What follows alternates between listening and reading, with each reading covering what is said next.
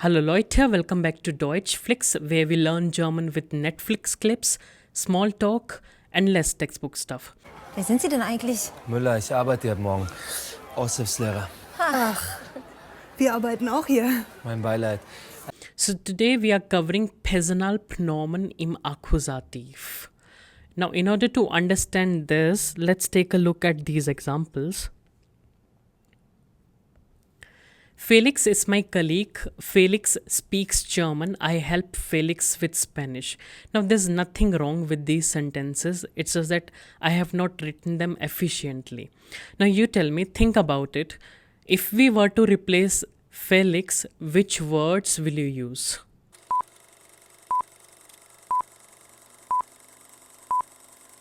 So, Felix is my colleague.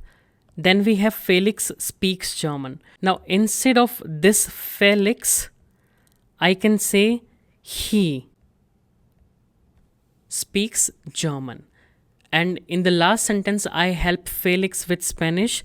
I can replace this by saying I help him with Spanish. We know the German equivalent for he, which is called er. Now, this is nothing but the personal pronoun in nominative case. Now, we have to look at how do we say him in German, which will be personal pronoun in accusative case. Accusative is equal to direct object, right? And this is my object pronoun. So, the words like us, me, you, them, this is what we're gonna look at in German. Sind Sie bereit? Are you ready? Los geht's. So let's make a table. On the left hand side, I'll write all the personal pronouns in nominative case. Im Nominativ.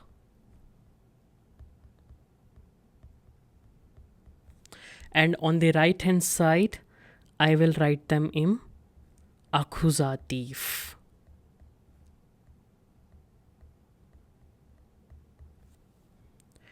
Okay, in nominative case, we have ich, du, er, sie, es, wir, ihr, sie, sie. Now in accusative case, ich becomes mich, which means me. Du changes to dich, which means you. You as an object. Er becomes ihn, which means him.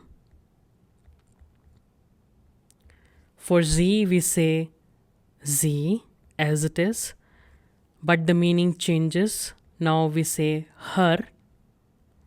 S remains S, which means it. Wir become uns, which means us. Ihr, euch, which means you.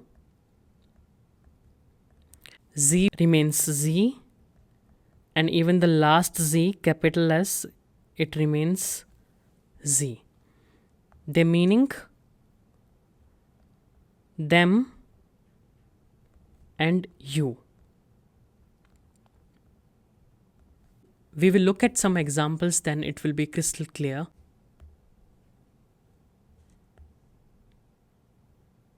Let's try to translate I know you. I, we know, it's called ich. To know is called kennen. I will conjugate it according to ich.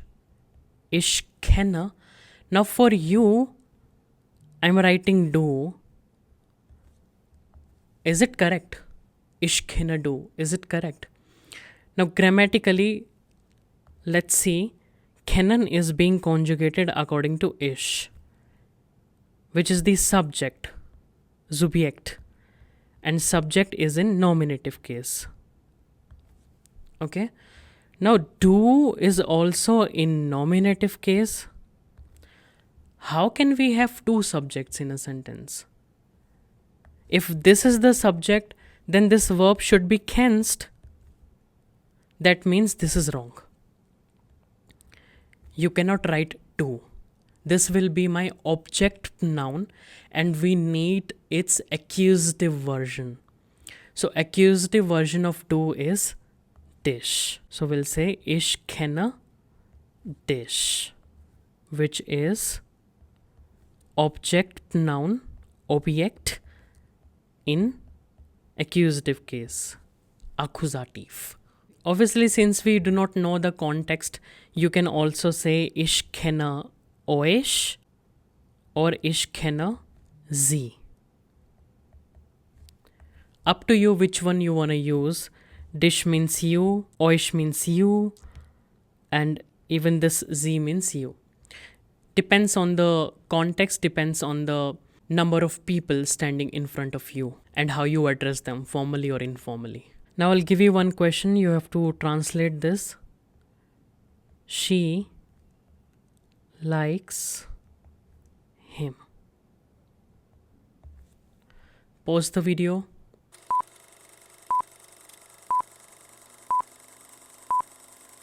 I know what is she, it's called sie. Now to like is called mögen in German, which is a modal verb. I'll conjugate mögen according to sie, it will be mag. Sie mag. Now for him, which word do we use? We use ihn. You can check in the table. Ihn. Sie mag ihn. She likes him. So again, mögen is being conjugated according to sie. This is the subject of the sentence, which is in nominative case. Nominative has played its role. That means this ihn is the object noun and objects has to come in accusative case, Akkusativ. Okay, one more sentence which you have to translate. He likes her.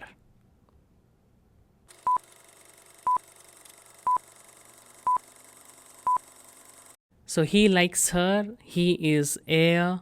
We just saw what is to like, mögen. I'll conjugate according to er. And for her, you can check in the table, we are using sie. Er mag sie. Okay. Now my question to you is er mag sie equal to sie mag er? Think about it. Is LHS equal to RHS?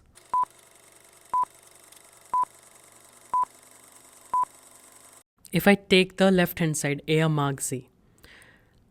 Er is personal pronoun in nominative case. This we know. This is the subject of the sentence. So mögen is being conjugated according to this part. So this sie is in accusative case. Okay. If we take the right hand side, let's assume that sie is in nominative case. Okay. I'll write here nominative. So what I'm saying is mögen is being conjugated according to this part. Okay. And if mögen is being conjugated according to this part, this is a nominative case. But er is also in nominative case. How can we have two nominatives? How can we have two subjects? You're confusing now. That means our assumption that sie is nominative is completely wrong. Okay, this is completely wrong. Now let's assume that er is nominative. That means I'm saying mögen is being conjugated according to er. Now this sie is the object. We have sie in object, right? In accusative case. Like take a look at this, and this. And hence our assumption is correct here that now Z is in accusative case. Okay, so LHS is equal to RHS. He likes her er mag sie or sie mag er. It again means he likes her. Now see, German sentence is very flexible. Anything can come in the very first place. This I have been telling you. For example, you say ich habe ein Auto, I have a car. Okay, ich habe ein Auto. Now what you can also do is swap these two positions. You can say ein Auto habe ich. It doesn't mean a car have me. No, it again means I have a car. Hence, this sentence will mean he likes her. Now, if you're saying, sir, capital Z is you, how are you translating this as her? No, you have to understand another thing. If you're starting your sentence, first letter has to be capital, right? Anyway, it has to be capital. So what I have done is I have written this Z, but S is capital because I'm starting my sentence with it. Now I'll give you one more question to translate. The cake is sweet. I like it. For individual word, you can check in the dictionary. We'll discuss this in 5 seconds.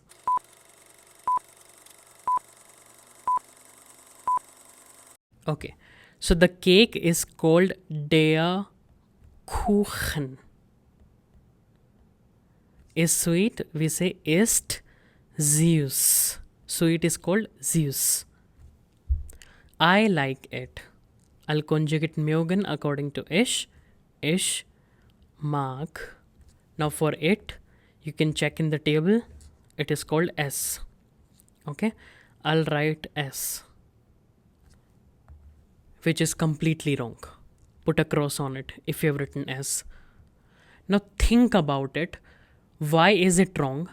And what will be the correct noun for it?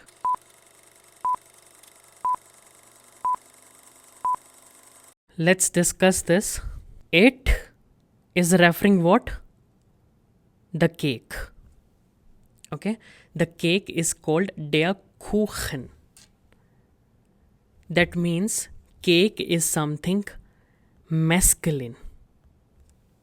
Okay, we have to assume that in German language, cake is a male, is a guy, like something masculine. Now, for guys, for men, for something masculine, we use the object pronoun ihn. And hence, for I like it, we have to say ich mag ihn. So it's like you're saying the cake is sweet, I like him. In German language, you have to assume cake is a male, something male.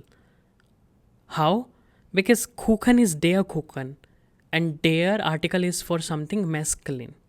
If you have understood this, you tell me if in place of der Kuchen we have die Schokolade, the chocolate. Now what will you say for I like it?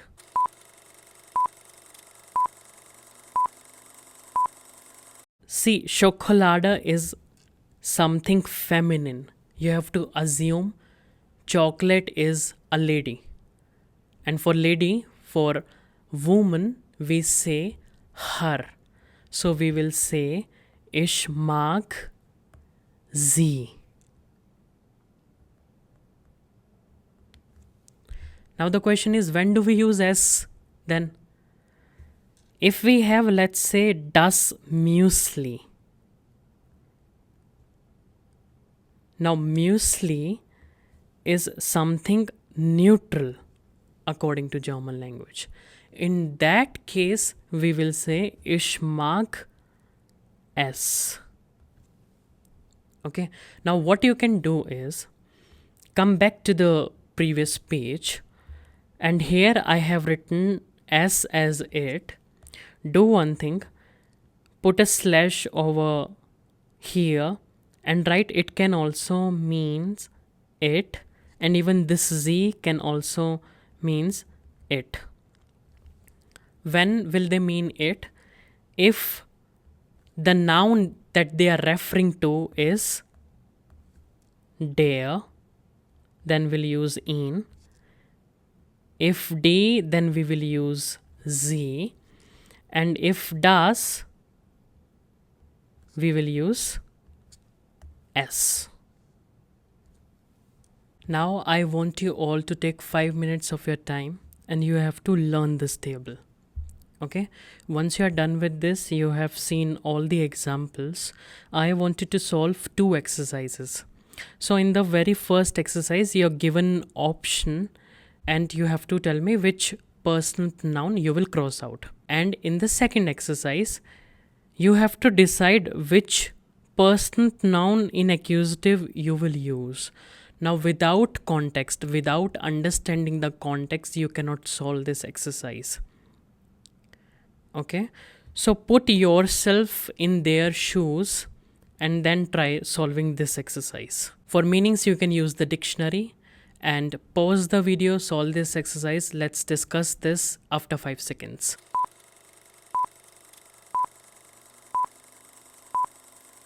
Okay, Nummer 1. Wo ist der Kellner? Where is the waiter? Ich sehe mich ihn uns nicht. Now we have Kellner, waiter. We need something that will refer to Kellner, which will be ihn.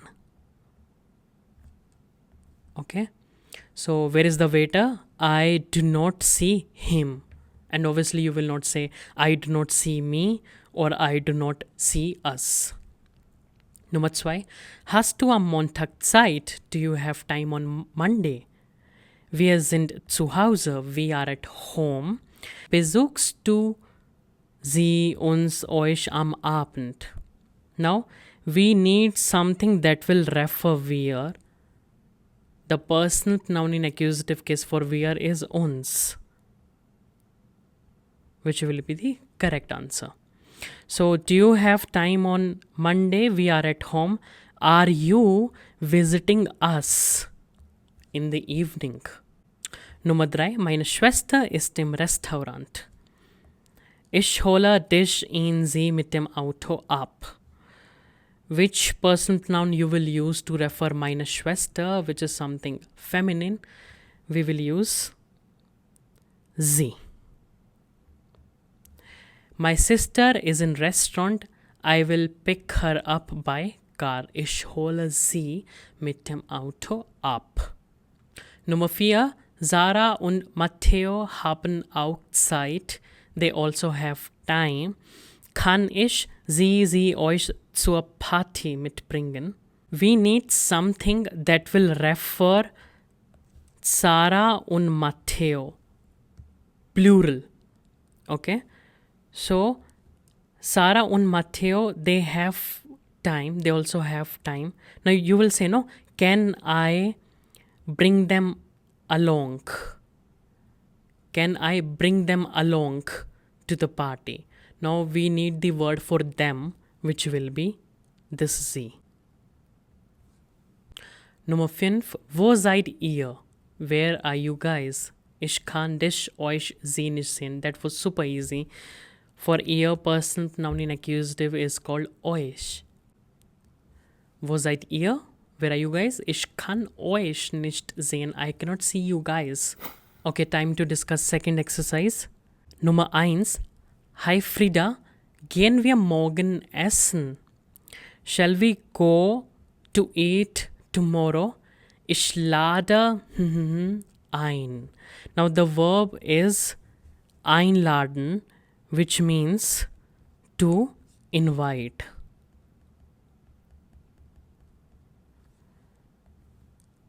Okay, so this is like direct conversation. you have to assume that this ish is you only, I mean I, and Frida is someone standing in front of you. Now you'll say, no, hi Frida, are we going to eat tomorrow? I am inviting you. So we will say, ich lade dich ein. If you're thinking, can we allocate euch or can we allocate capital Z? Wrong. We cannot allocate euch because there's only one person, Frida. We cannot allocate capital Z because this conversation is not something formal. If you're addressing someone by first name, this conversation is informal, right? There's no Mrs. Mueller or Mr. Mueller. Okay. Now you have to assume you are Frida and you're saying, ja gerne, yes, gladly, 20 Uhr im Café Jojo, at 8 o'clock in this cafe, ruf Luke an. Okay, so ruf an, it means call. Now Frida will say, no, call me. Ruf mich an.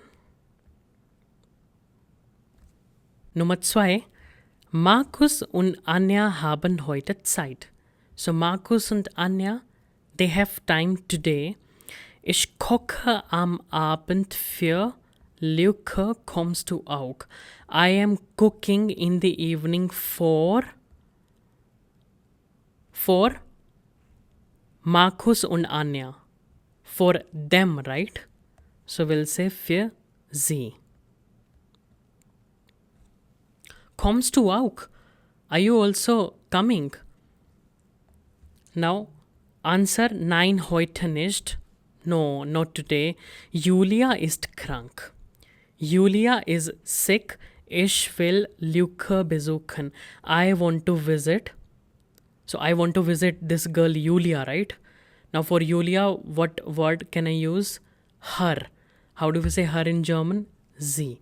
Ich will sie besuchen. Nummer 3. Luis kommt, Luis is coming. Maya und ich holen Luke 18 Uhr am Flughafen ab. Okay, so the verb here is abholen, which means to pick someone up. So Luis is coming. There's someone called Luis who is coming. Maya und ich. Maya and I are picking up at 6 at the airport. Now, whom will we pick up? Louis, right? So it will be in. Maya and I will pick him up at 6 at the airport. Now, last sentence is very important. Kommst du mit? Are you coming along? Now, it's like someone is asking this to me. Then I am saying, okay, ich treffe, okay, I'll meet, dot, there. So it's like I'm saying, there's no point of you guys coming and picking me up. I'll directly meet you guys over there. So I'll say, okay, ich treffe euch, dot, you guys. Okay. So we have chosen here something plural and something which is informal. So this entire conversation is informal. Hence we need some word informal, and we have plural, more than one people. Hence I'm going with euch because this is plural and informal. If you got any doubt related to this exercise or topic, you can let me know in the comment section. There's something I need you to pay attention to. In Nummer 2, we have fear. Now this is an interesting word in German. This is not a normal word. You know its translation, it means for. But this is preposition. And it is actually accusative preposition. Hence, I have written something accusative after it. Whatever examples we have seen so far, we had direct object. But here, this für sie is not a direct object. It's prepositional object. Since fear is accusative preposition, I have written something in accusative case here. Okay, I'll give you more example. You tell me, is it possible that we have fear and ish after this whole explanation? No, right?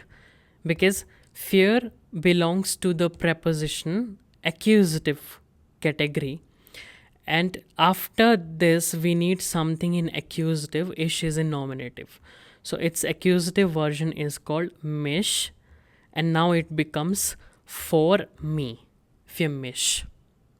Okay, also if you want to say for the dog, you will say für.